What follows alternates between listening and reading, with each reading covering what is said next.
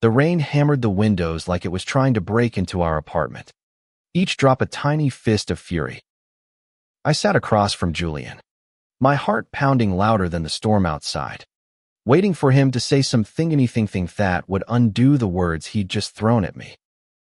"I'm done, Ethan," he'd said, his voice flat, like he was reading a script he didn't believe in. 7 years. 7 years of late-night talks, shared dreams, and quiet mornings tangled in each other's arms.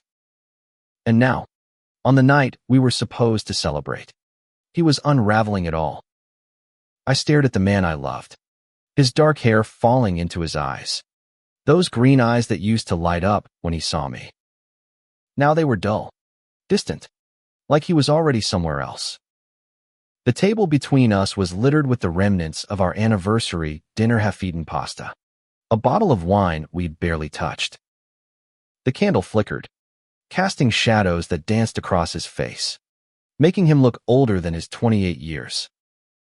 "Julian," I said, my voice cracking despite my effort to keep it steady.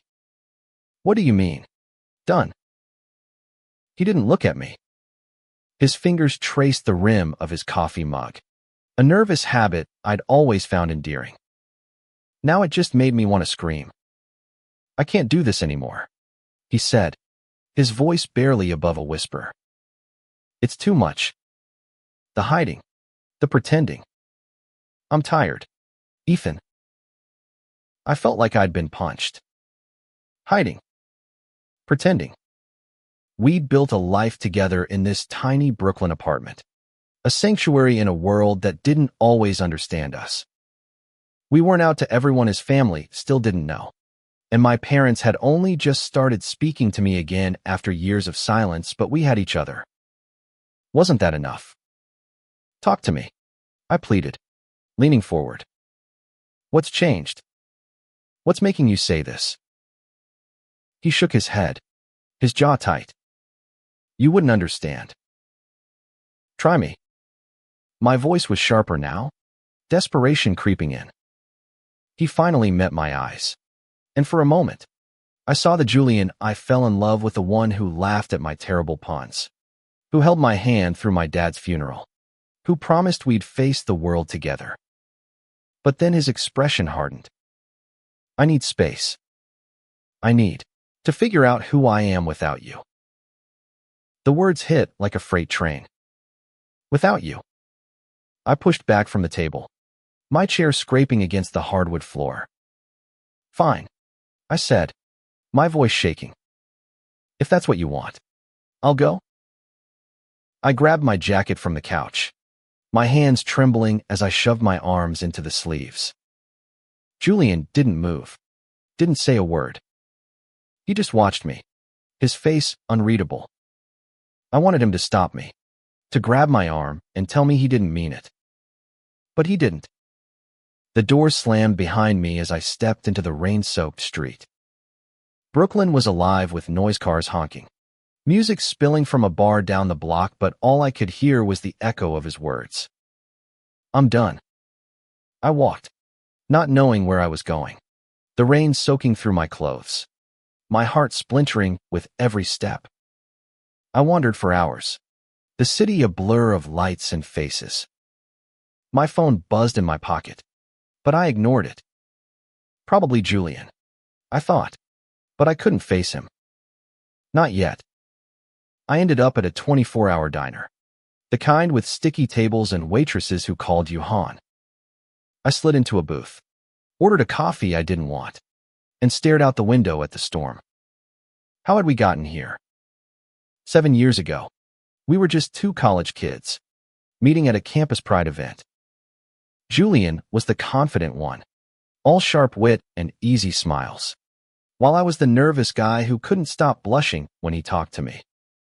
He'd asked me out that night, and by the end of the week, we were inseparable.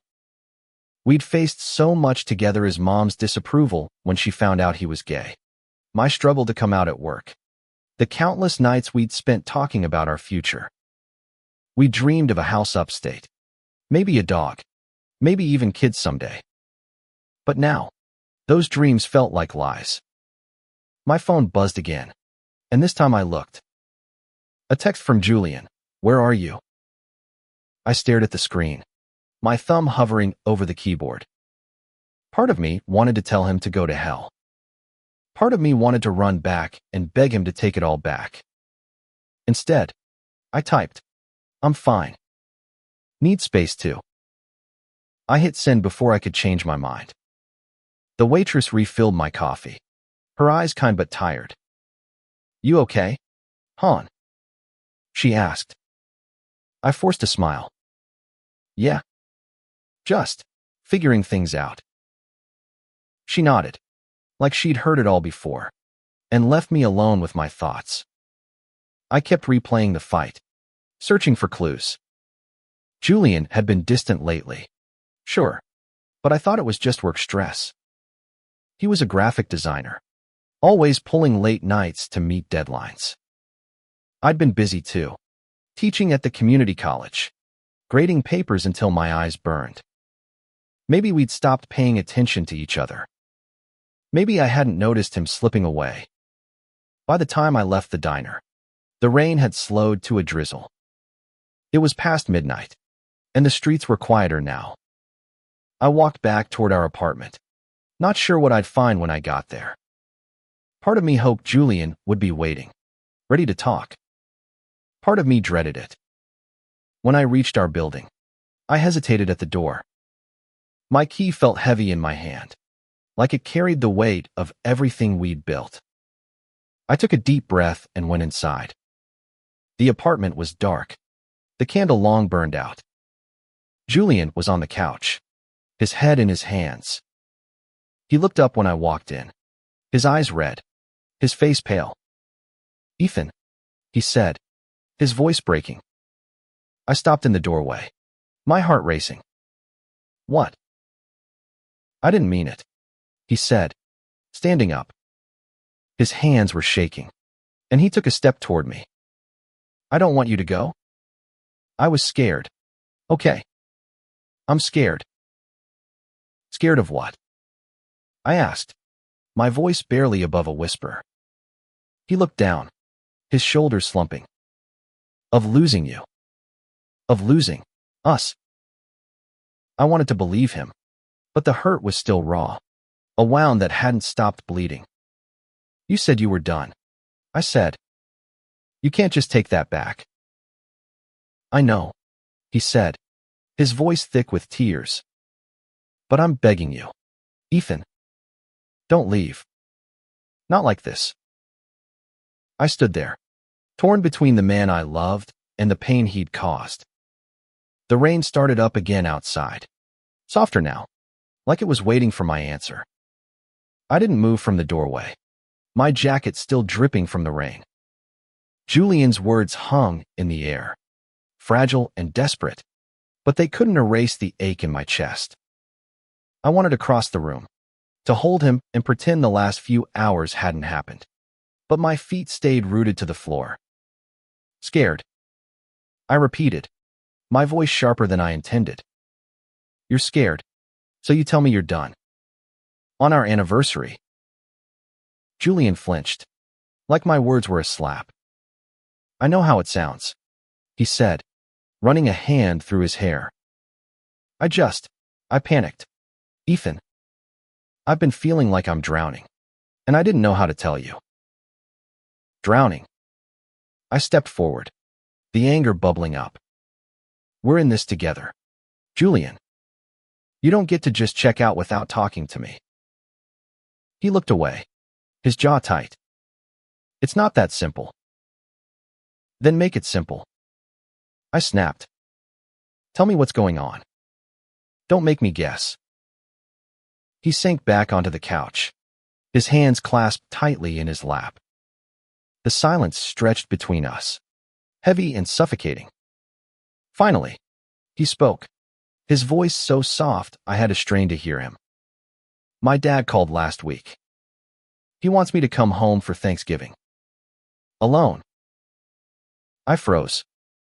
Julian's dad was a sore spot, a wound that never fully healed. He was a retired cop, all hard edges and old school values. who'd made it clear he didn't approve of our lifestyle. Julian hadn't spoken to him in years. Not since the blowout fight when Julian came out.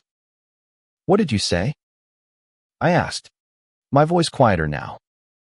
"I told him I'd think about it," Julian admitted, his eyes fixed on the floor. I didn't want to fight with him again. But the more I thought about it, the more I realized, I don't know who I am anymore. Ethan. I've spent so long trying to be the perfect boyfriend, the perfect son, the perfect everything. I'm losing myself. My heart twisted. I wanted to be angry, to yell at him for shutting me out, but the pain in his voice was too real. I sat down on the coffee table across from him, close enough to see the tears he was trying to blink away. "You're not losing yourself," I said softly. "You're just caught between who you are and who they want you to be." He looked up, his green eyes searching mine. "And what if I can't be both?" "Then you choose," I said, my voice steady despite the storm inside me. "You choose what makes you happy, not what makes them happy." He let out a shaky laugh, wiping his eyes. "You make it sound so easy." "It's not," I admitted. "But we've been through worse. Remember when my mom wouldn't even look at me after I told her about us? You were the one who kept me going, Julian. You reminded me who I was." He reached out, his hand hovering over mine before pulling back. "I don't know if I can do this anymore," he whispered. "The pressure, the hiding. I feel like I'm betraying every enemy family. You, myself." I wanted to tell him he wasn't betraying anyone, that we could figure it out together. But the words stuck in my throat. Instead, I stood up, needing space to think. "I'm going to bed," I said. "We'll talk in the morning." He nodded, his face crumpling as I walked away. I didn't look back, afraid I'd break if I did. The next morning, the apartment felt different, like the air itself was holding its breath. Julian was already up, standing at the kitchen counter with a mug of coffee. He looked like he hadn't slept, his eyes shadowed, his hair a mess. "Morning," I said, my voice cautious. "Morning," he echoed, not meeting my eyes. I made coffee. I poured myself a cup, the silence between us louder than the storm last night. I wanted to ask him what he was thinking, what he wanted, but I was afraid of the answer. Instead, I said, "I'm not giving up on us, Julian. But I need you to meet me halfway." He set his mug down, his hands gripping the counter. "I don't know if I can," he said. "Not right now." My stomach dropped. So what? We're just done. 7 years. And that's it. "I don't know," he snapped, his voice breaking. "I love you, Ethan, but I'm falling apart. I need to figure out what I want before I can be with you." I stared at him, the man I'd planned my life around, and felt like I was seeing a stranger. "Okay," I said finally. "Take your time. But I'm not going to wait forever." I left the kitchen, my heart pounding. I didn't know where we stood, but I knew one thing: I wasn't ready to let go. Not yet. The days that followed were a blur of silence and tension. Julian and I moved around each other like ghosts, sharing the same space but not the same heart. I went to work, taught my classes, graded papers, but my mind was always back in that apartment, replaying his words. I need to figure out what I want. I tried to give him space, but it felt like walking on eggshells. Every conversation was careful, every glance loaded with unspoken questions. I caught myself watching him when he wasn't looking, searching for the Julian I knew, the one who'd dance with me in the kitchen to old jazz records, who'd leave sticky notes with terrible puns on my laptop. That Julian was still there, I told myself. He had to be. One evening, I came home to find him packing a duffel bag. My heart stopped. "What's this?" I asked, my voice sharper than I meant. He froze, a pair of jeans in his hands. "I'm going to my sister's for a few days," he said, not looking at me. "I need to clear my head." "Your sister's?" I repeated, incredulous. His sister, Mia, lived in Connecticut, a 2-hour train ride away. She was the only one in his family who'd accepted us. But even she didn't know the full story of our life together. "You're just leaving." "It's not like that," he said, his voice tight. "I just need some time. Ethan, I'm not abandoning you." It sure felt like it. I wanted to grab the bag, to tell him he couldn't just run away from this, from us. But I didn't. "Fine," I said, turning away. "Go." He left that night, the apartment door closing with a soft click that echoed in my chest. I stood in the living room, staring at the empty space where he'd been. The apartment felt too big without him, the silence too loud. I poured a glass of whiskey and sat on the couch, trying to make sense of it all. The next day, I called Mia. I needed answers, and she was the only one who might have them. "Is he okay?" I asked as soon as she picked up. She sighed, her voice warm but tired. "He's a mess, Ethan. He showed up last night looking like he hadn't slept in days. He's not talking much, but I can tell he's hurting." "Did he say anything about us?" I asked, my throat tight. "Not really," she said. "But he mentioned something about Dad. I think that call really got to him." I thanked her and hung up, my mind racing. Julian's dad had always been a shadow over our relationship, a reminder of the world we were still fighting to fit into. I hated that he had this power over Julian, even now. A week passed, and Julian didn't come home. He texted me once, a simple "I'm okay, just need more time," but it wasn't enough. I threw myself into work, staying late at the college, volunteering for extra classes. Anything to keep my mind off the hole in my life where Julian used to be. One night, I went to a bar with some colleagues, hoping the noise and laughter would drown out my thoughts.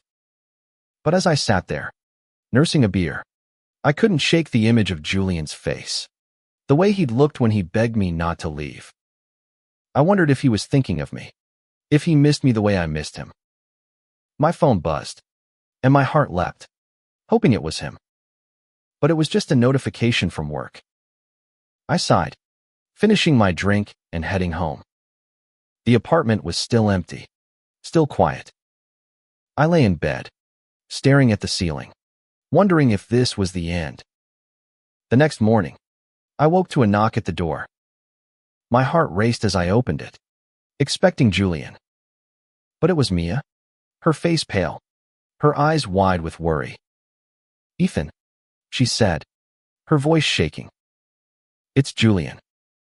He's in the hospital." The hospital smelled of antiseptic and fear, a sterile coldness that seeped into my bones as I followed Mia down the hallway. She hadn't told me much, just that Julian had collapsed at her house, that the paramedics had rushed him here. My mind was a storm of worst-case scenarios: heart attack, overdose, something unthinkable. "What happened?" I asked, my voice hoarse as we reached the ICU waiting area. Mia's eyes were red, her hands twisting the strap of her purse. "He was fine 1 minute, talking about going for a walk, and then he just fell. They think it's stress, maybe something with his heart. They're running tests."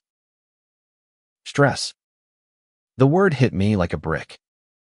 I'd seen Julian stressed before: tight deadlines, family drama, but never like this. Never enough to land him here, hooked up to machines in a place that felt like it was holding its breath. A nurse led us to his room, and my heart stopped when I saw him. Julian lay in the hospital bed, pale and small under the thin blanket, wires snaking from his chest to a beeping monitor. His eyes were closed, his breathing shallow but steady. I wanted to shake him, to demand why he'd let it get this bad. But all I could do was stand there, my hands clenched at my sides. "Julian," I whispered, stepping closer. His eyes fluttered open, and for a moment, he looked surprised to see me. "Ethan." His voice was weak, barely audible over the hum of the machines. "I'm here," I said, pulling a chair to his bedside. Mia gave us a small nod and slipped out, leaving us alone. He reached for my hand, his fingers cold against mine. "I'm sorry," he said, his voice breaking. "I didn't mean for this to happen." "What happened, Julian?" I asked, my throat tight. "Why didn't you tell me you were hurting this much?" He closed his eyes, a tear slipping down his cheek. "I didn't know how. I thought if I could just get away, figure things out on my own, it would be okay. But it's not. I need you, Ethan. I've always needed you." His words were a lifeline, pulling me back from the edge of my own fear and anger. I squeezed his hand, my voice trembling. "I'm not going anywhere. But you have to talk to me. No more shutting me out." He nodded, his grip tightening. "I promise." The next few days were a blur of hospital visits and hushed conversations with doctors. They diagnosed Julian with severe anxiety and a mild cardiac episode, triggered by stress and exhaustion. He'd been pushing himself too hard, they said, carrying too much weight on his own. They prescribed medication, rest, and therapy, but I knew the real healing would come from us facing this together. When Julian was discharged, I brought him home to our apartment.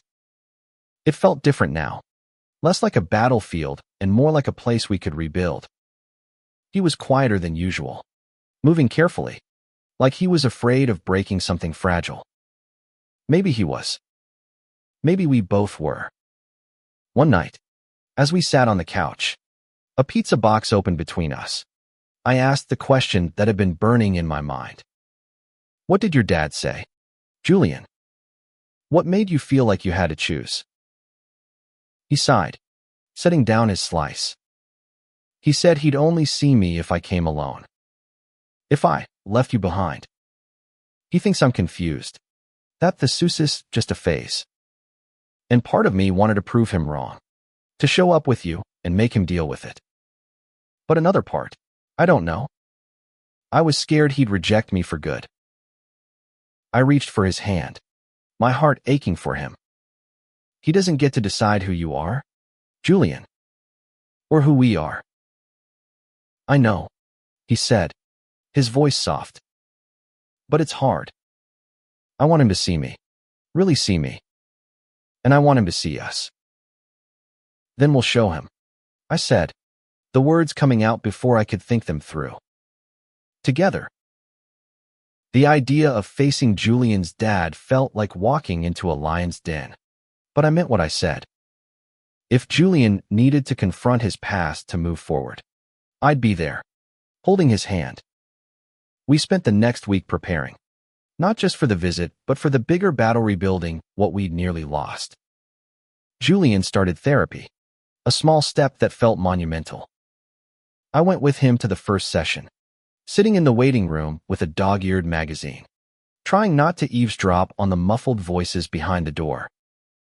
When he came out, his eyes were red but brighter, like a weight had shifted. "It's not going to be easy," he said as we walked home, "but I think I can do this." "You can," I said, bumping his shoulder with mine. "And I'm here." He smiled, a real smile, the kind I hadn't seen in weeks. It was a start. Thanksgiving loomed like a storm cloud. Julian's dad, Frank, lived in a small town upstate, a place frozen in time with picket fences and judgmental stares. Julian hadn't been back since he left for college, and the thought of returning made him tense, his fingers tapping nervously whenever we talked about it. We decided to drive up the day before, giving ourselves time to settle before the inevitable showdown. The car ride was quiet, the radio playing soft indie tunes as the city gave way to rolling hills. Julian stared out the window, his hand resting on my thigh, a silent anchor. "Are you sure about this?" he asked as we passed a sign for his hometown. "No," I admitted, glancing at him. "But I'm sure about you." He squeezed my leg, his lips twitching into a small smile. "You're too good for me, Ethan." "Damn right," I teased, trying to lighten the mood. But my stomach was in knots. We pulled up to Mia's house, a cozy bungalow with a wraparound porch. She greeted us with hugs and a tray of cookies, her warmth a stark contrast to the cold welcome we expected from Frank. "He's expecting you tomorrow," she said, her voice low. "But he's not happy about it." Julian nodded, his face pale. "Thanks for setting this up, Mia." She squeezed his arm. "You've got this. And you've got Ethan." That night, we lay in Mia's guest room, the bed creaking under our weight. Julian curled into me, his head on my chest, and I held him tightly, like I could shield him from what was coming. "I'm scared," he whispered. "I know," I said, kissing his forehead. "But we're doing this together." The next morning, we drove to Frank's house. It was a modest ranch-style home, the kind you'd see in old family sitcoms. But there was no warmth here. Frank opened the door before we could knock, his broad frame filling the doorway. He was in his late 50s, his hair graying, his eyes hard as they flicked from Julian to me. "Julian," he said, his voice gruff. He didn't acknowledge me. "Dad," Julian said, his voice steady despite the tension. "This is Ethan, my partner." Frank's jaw tightened, but he stepped aside, letting us in. The living room smelled of coffee and old wood, a faded photo of Julian as a kid on the mantel. We sat on a stiff couch, Frank in an armchair across from us, his arms crossed. "I thought I said to come alone," Frank said, his eyes on Julian. "You did," Julian replied, his hand finding mine. "But Ethan's part of my life. If you want me here, you get both of us." Frank's face darkened, and I braced myself for an argument. But instead, he leaned back, his eyes narrowing. "You think you can just waltz in here and tell me how it's going to be?" "I'm not here to fight," Julian said, his voice calm but firm. "I'm here to be honest. I love Ethan. I've loved him for 7 years. And I'm tired of pretending that's something to be ashamed of." The room went silent, the weight of Julian's words settling over us. I squeezed his hand, pride swelling in my chest. For the first time in weeks, I saw the man I fell in love with strong, defiant, unapologetically himself. Frank's silence stretched on, his eyes locked on Julian like he was seeing him for the first time. I could feel Julian's pulse racing through his hand, but he didn't waver. He sat tall, his chin up, ready for whatever came next. Finally, Frank spoke, his voice low and rough. "You think this is easy for me? Watching my son throw his life away." Julian flinched, but he didn't back down. "I'm not throwing anything away, Dad. I'm living my life. The one I chose." Frank's gaze flicked to me, cold and assessing. "And him. He's worth all this." I opened my mouth to speak, but Julian beat me to it. "Yes," he said, his voice steady. "He's worth everything." My heart swelled, but I kept my eyes on Frank, refusing to look away. This wasn't just about Julian and Maria, it was about us. About the life we'd built despite the world's judgment. Frank stood, pacing to the window. I don't understand you, he said, his back to us. I raised you to be strong, to be a man.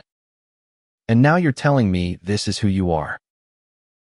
It is, Julian said. And I'm done hiding it. Frank turned, his face a mix of anger and something softer grief. Maybe. Your mother would have been heartbroken. Julian's hand tightened in mine, but his voice didn't waver. Mom would have wanted me to be happy. And I am. With Ethan. The room felt like it was holding its breath. Frank stared at us, his hands clenched at his sides. Then, without a word, he walked out, the screen door slamming behind him. Julian let out a shaky breath, his shoulders slumping. I pulled him close, wrapping my arms around him. You were incredible, I whispered. I don't know if it mattered, he said, his voice muffled against my chest. It did, I said. You stood up for yourself. For us. We stayed at Mia's that night, the weight of the day settling over us like a heavy fog. Julian was quiet, lost in his thoughts, but he didn't pull away when I reached for him. We lay together on the porch swing, the night air cool against our skin, the stars bright above us. Do you think he'll ever come around? Julian asked, his voice small. I don't know, I said honestly. But you gave him something to think about. That's more than most people get. He nodded, his head resting on my shoulder. I'm sorry I put you through all this. Ethan. The fight. The hospital. I was so scared of losing you that I pushed you away. I'm still here, I said, kissing his temple. And I'm not going anywhere. He looked up at me, his green eyes bright in the moonlight. I love you, he said, the words simple but heavy with meaning. I love you too, I said, and for the first time in weeks, it felt like we were on the same page. The next morning, we were packing to head back to Brooklyn when Frank showed up at Mia's door. Julian froze, his duffel bag half zipped, and I felt my stomach twist. I don't have much to say, Frank started, his voice gruff. But I'm not ready to lose you, Julian. Not yet. Julian's eyes widened, and I could see the hope flicker in them. What does that mean? He asked. Frank shifted, uncomfortable. It means I'll try.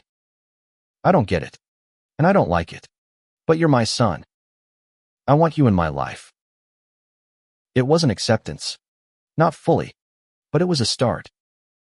Julian nodded, his throat working as he swallowed back tears. Okay, he said. I'd like that. Frank glanced at me, his expression unreadable.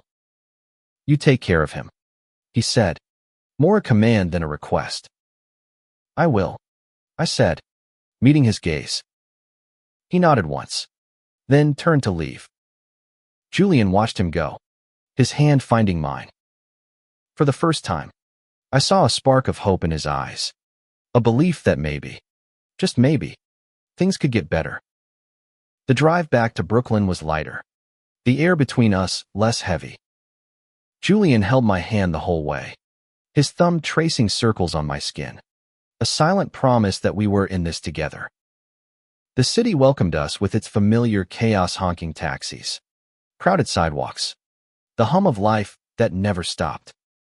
For the first time in weeks, it felt like home again. Back in our apartment, we fell into a new rhythm. Julian kept up with therapy, and I could see the change in him small at first, like the way he'd smile more easily or leave me notes again, little reminders of the man I'd fallen for. But the shadow of our fight still lingered, a reminder of how close we'd come to losing each other. One evening, as we cooked dinner together, Julian turned to me, a spatula in his hand and a nervous look in his eyes. I've been thinking, he said, about us, about the future. I set down the knife I was using to chop vegetables, my heart picking up speed. Yeah. He took a deep breath. I want to do better. For you. For us. I want to be out. Really out. No more hiding. No more letting my dad or anyone else make me feel like this is wrong. I stepped closer, cupping his face. You don't have to do that for me, Julian. Do it for you. I am, he said, his voice firm. I want to be proud of who I am. Of who we are. I kissed him, slow and deep, pouring everything I felt into it: love, relief, hope. Then let's do it, I said. Together. Over the next few months, we took small steps toward that promise. Julian told his coworkers about us, introducing me at a company party with a shy but proud smile. I reached out to my parents, inviting them to dinner, and though it was awkward, they came. We started going to Pride events again, holding hands in public without looking over our shoulders. It wasn't perfect. There were still stares, still whispers, but it felt like freedom. Julian's dad called once.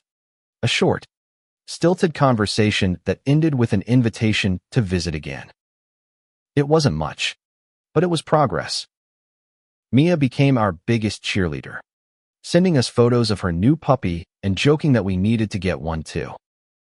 One night, as we lay in bed, Julian turned to me, his eyes bright. I've been thinking about our anniversary, he said. The one we messed up. I laughed, pulling him closer. Yeah, that was a disaster.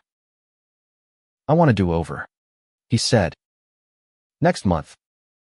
Let's celebrate 7 years the right way. I grinned, my heart full. Deal. The night of our do-over anniversary, we went all out. I cooked Julian's favorite meal, lasagna with extra cheese, and he set the table with candles and a playlist of our favorite songs. We laughed, danced in the kitchen, and for the first time in a long time, it felt like nothing could touch us. As we sat down to eat, Julian reached across the table, taking my hand. I almost lost you, he said, his voice soft.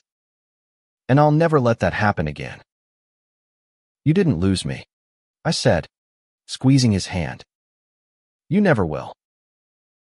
He smiled, his eyes shining. I have something for you. He pulled a small box from his pocket, and my breath caught.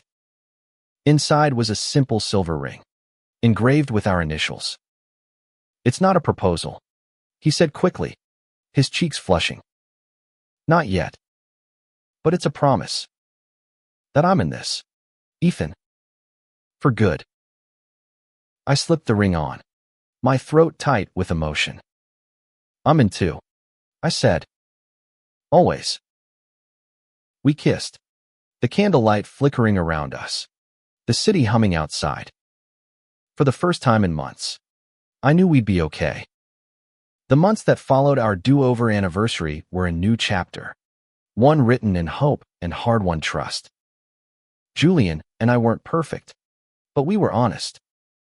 We really talked about the things that scared us, the dreams we still held, the future we wanted to build. It was messy, sometimes painful, but it was ours. Julian's therapy sessions became a lifeline, helping him untangle the knots of his past.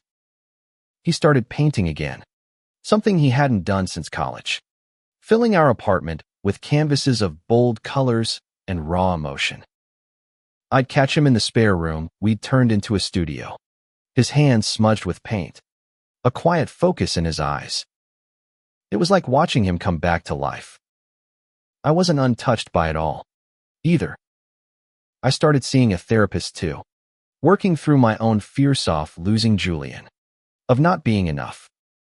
It wasn't easy, admitting I had doubts, but it made me stronger for him, for us. One spring afternoon, we took a trip upstate, just the two of us. We rented a cabin by a lake, a place to escape the city's noise and just be. We spent our days hiking, our nights wrapped in blankets by a fire, talking about everything and nothing. It was on one of those nights, under a sky full of stars, that Julian turned to me, his face lit by the firelight. "I want to get married," he said, his voice steady. "Not now, not yet, but someday. I want to stand up in front of every enemy, dad, your parents, the world, and say you're mine." My heart swelled, and I pulled him close, kissing him fiercely. "Someday," I agreed, my voice thick. "And I'll be there, saying you're mine too." We stayed by the fire until the embers died, holding each other like we'd never let go. A year after our fight, we invited Frank to Brooklyn. He came, hesitant but present, and we showed him our life-through apartment, Julian's paintings, the coffee shop where we had our first date. He didn't say much, but he listened, and when he left, he hugged Julian. A real hug, not the stiff embrace of someone going through the motions. It wasn't a fairy tale ending. There were still days when Julian struggled, when I doubted, when the world felt too heavy. But we faced it together, hand in hand, stronger for it. On the 8th anniversary of the day we met, we stood on the Brooklyn Bridge at sunset, the city sparkling below us. Julian wore the ring I'd given him in return, a match to the one he'd given me. We didn't need words to know what this moment meant. "Thank you," Julian said, his voice soft as he leaned against me. "For not giving up." "Thank you," I said, kissing his temple. "For coming back." We stood there, watching the sun dip below the skyline, our hands intertwined. The world wasn't perfect, but the Seuss was enough. More than enough. The story of Julian and Ethan wasn't just about love. It was about fighting for it, through fear and pain and doubt. It was about choosing each other, again and again, even when it hurt. And as they stood on that bridge, the city alive around them, they knew they'd keep choosing each other, no matter what came next.